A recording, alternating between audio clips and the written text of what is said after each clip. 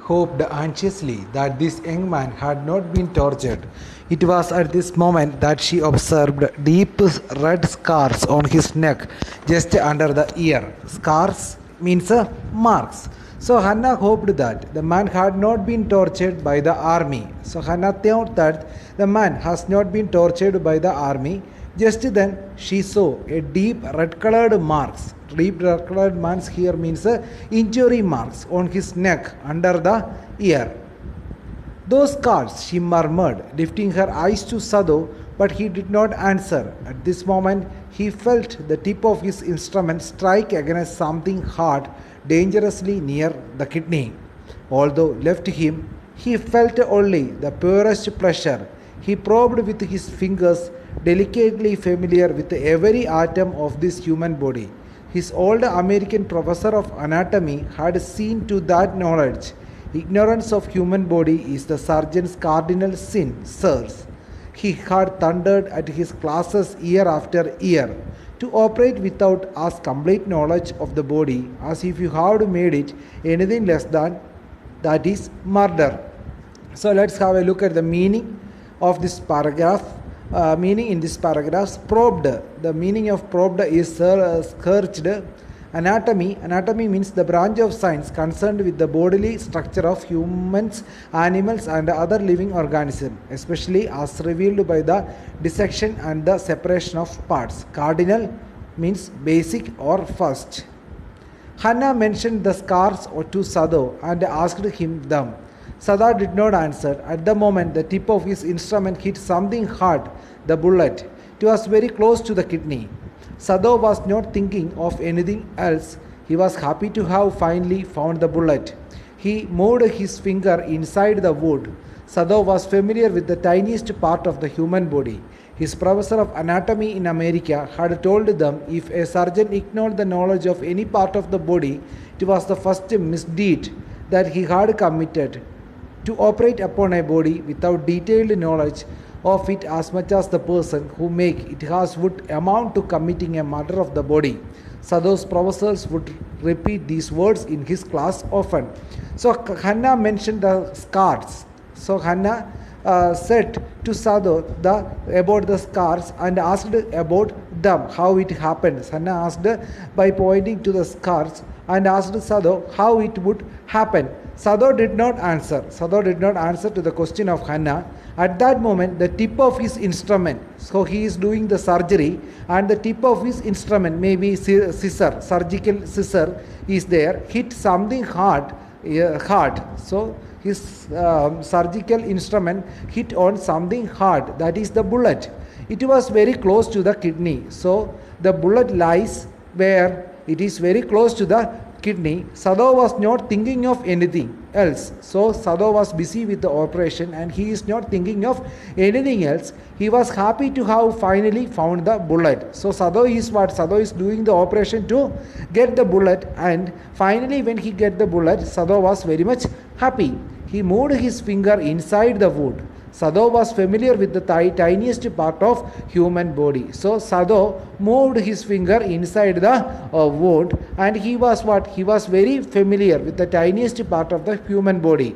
His professor of anatomy in America had told them that if a surgeon ignored the knowledge of any part of the body, it was the first misdeed that he had committed. So his professors always taught him that if a surgeon ignored means what? Forgot the knowledge of any part of the body, it was the first misdeed that he had committed. So to operate upon a body without detailed knowledge of it as much as the person who make it has would amount to committing murder of that body. So a person who is not operating a body without much knowledge is what? It is same as committing a murder of that body. Sadhu's professor would repeat these words in his class often. It is not quiet at the kidney, my friend, Sadhu murmured. It was his habit to murmur to the patient when he forgot himself in an operation. My friend, he always called his patient, and so now he did, forgetting that this was his enemy. So Sadhu spoke to the injured man. He said that the bullet had just missed his kidney. So what, the bullet had just missed his kidney. When Sadhu would get engrossed in the operation, he would start talking to the patient. So when Sadhu is what? Sadhu is totally engrossed. Engrossed means what? Fully engaged in the operation. While doing the operation, he would always start to speak to with his patient.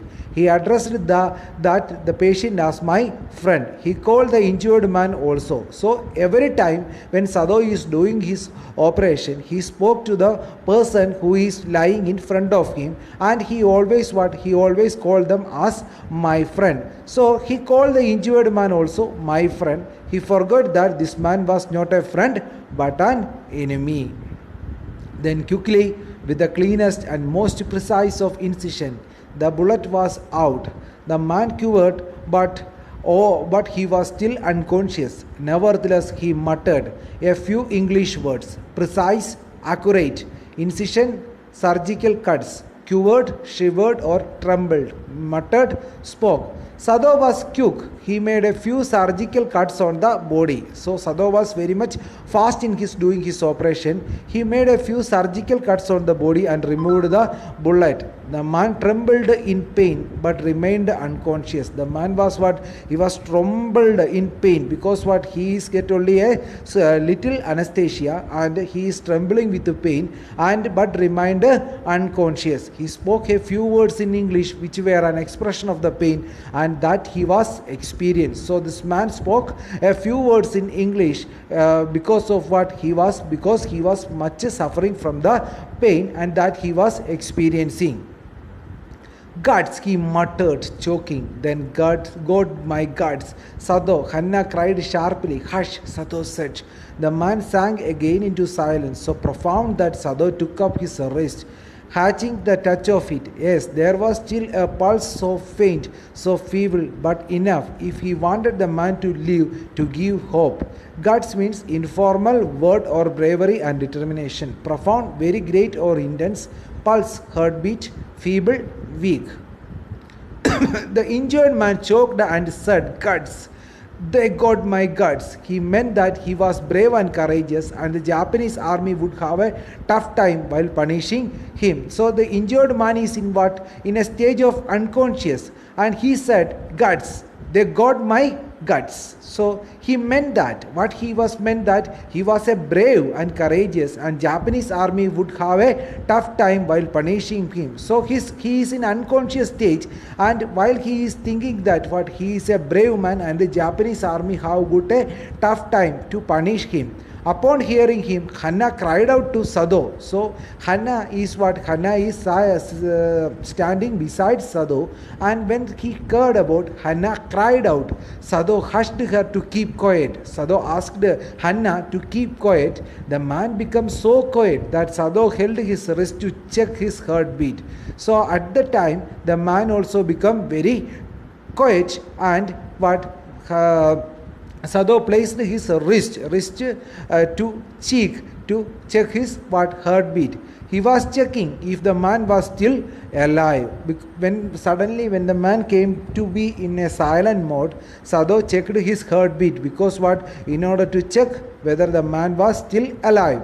His pulse was there, although it was very weak. Sadhu thought that it was enough for a person who had a desire to live. There was still hope that the man would survive. So what happened? His pulse, the pulse of the man became very big, but Sadhu thought that it was what? It was enough for a person who had a desire to live. There was still hope that the man would survive. But certainly, I do not want this man to live, he thought. Sadhu was sure that he did not want the man to live. No more anesthetic, he told Hannah. He turned as swiftly as though he had never passed, and from his medicines he chose a small vial and from it filled a hypodermic and thrust it into the patient's left arm. Then putting down the needle, he took the man's wrist again. The pulse under his finger fluttered once or twice, and they grew stronger. Vial, a small container, typically cylindrical and made up of glass, used especially for holding liquid medicine. Hypodermic needle, syringe injection. Thrust, pushed, fluttered, trembled. Sado stopped Hannah from administering the anesthetic because what? Sado did not want this man to let him free to leave. He turned quickly and chose a small bottle from the medicine. He filled a syringe with the medicine and pushed the vaccine in the man's left arm. Sado placed the needle down and held the man's wrist. The pulse shivered once or twice and then improved. So Sado stopped Hannah to give anesthetic because he did not want the man to leave, and he turned quickly and chose a small bottle from the medicine and he injected into the left arm of that man. Sado placed the needle down and helped the man's wrist. The pulse shivered once, twice, then and improved. So the pulse become now normal because he had injected a medicine into his body. The man will live in spite of all, he said to Hannah's side. The young man woke so weak, his blue eyes so terrified. When he precised where he was that Hannah felt compelled and apologized. She herself served him, for none of the servants would enter the room. Compelled means forced. Apologize, sorry. Sado took a deep breath as he told Hannah that the injured man would leave. He woke up, his blue-colored eyes were full of fright as he realized there he was. Hannah felt sorry for him. She served him food as the servant refused to enter the room where he was kept. When she came into the first time, she saw he summoned his small strength to be prepared for some fearful thing. Someone means to gather. When Hannah met the injured man for the first time, she saw that the man was gathering strength and he was full of fear. So when Hannah met this injured man for the first time, she felt that the man was gathering strength and he was what? His mind was full of fear. Do not be afraid, she begged him softly. How come you speak English? He gasped. I was a long time in America, she replied. She saw that he wanted to reply to but he could not.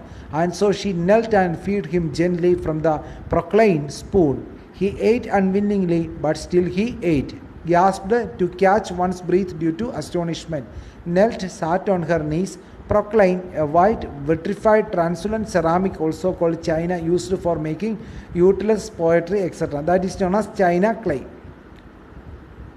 Hannah said softly to the injured man that he should not be afraid. Hannah said to the injured man, you should not be afraid. He was astonished that she could speak English. Hannah replied she had lived in America for a long time. So when Hannah is speaking English, but this injured man was very astonished. He was very wondered how he know the English. So Hannah replied that she lived in America for a long time. The man wanted to speak further but was not able to speak. The man wanted more to speak to Hannah, but he cannot able to speak because his health condition is very bad. Hannah fed him gently with a spoon made up of proclaim. Proclaim means that we say some china clay like that only. Hannah feed him with a spoon that is made up of proclaim. The man did not want to eat, but still he ate. The man did not want to take his food, but simply he ate the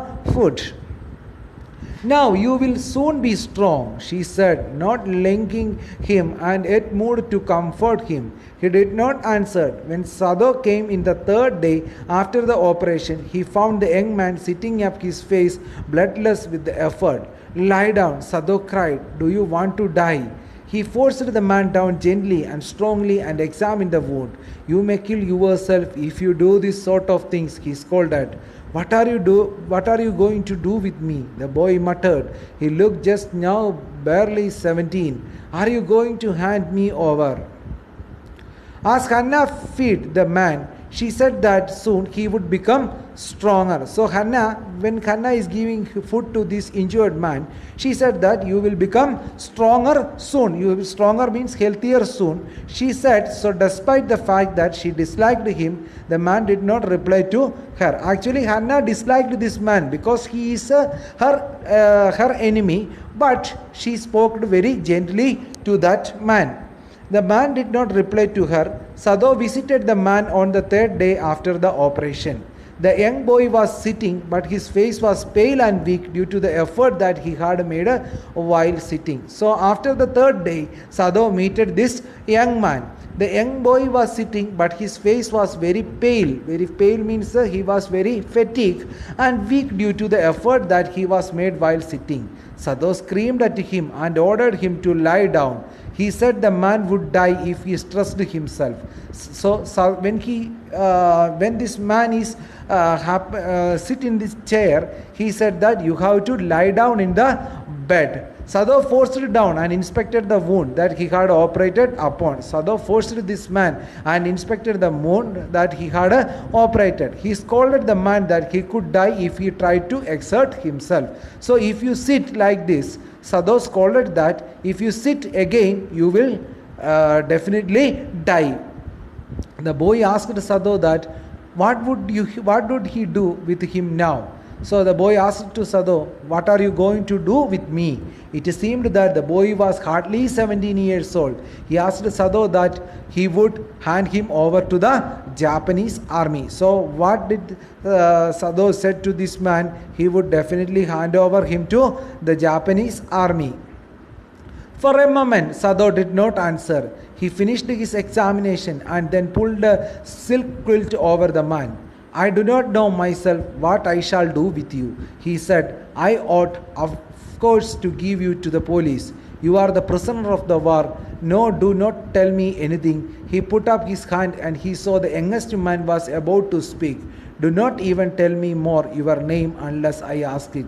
Sadhu did not reply instantly. He completed examining the body and then put the silk quilt. Silk quilt means a sheet of covering on his body. Sadhu said that he himself did not know what he should do with this boy. Sadhu said that he did not know what he should do with this boy. He added that he is supposed to hand over him to the police. So he is supposed to hand over him to the police. He also disclosed that he know that the boy was a prisoner of war. So actually this boy is what? He is a prisoner of the war. As Sadhu saw the boy was about to speak, he raised his hand to indicate him not to do so. So when the boy is tempting to ask something, Sadhu raised him and stopped him. Do not ask anything now. Sadhu asked him not to speak and not to tell his name also unless he asked him to do so. Sadhu said that you do not want to tell your name unless I asked him to you. So students, I hope you understood today's lesson. Thanks for watching. You have to watch this video again and again. If you have any doubts, please ask to me.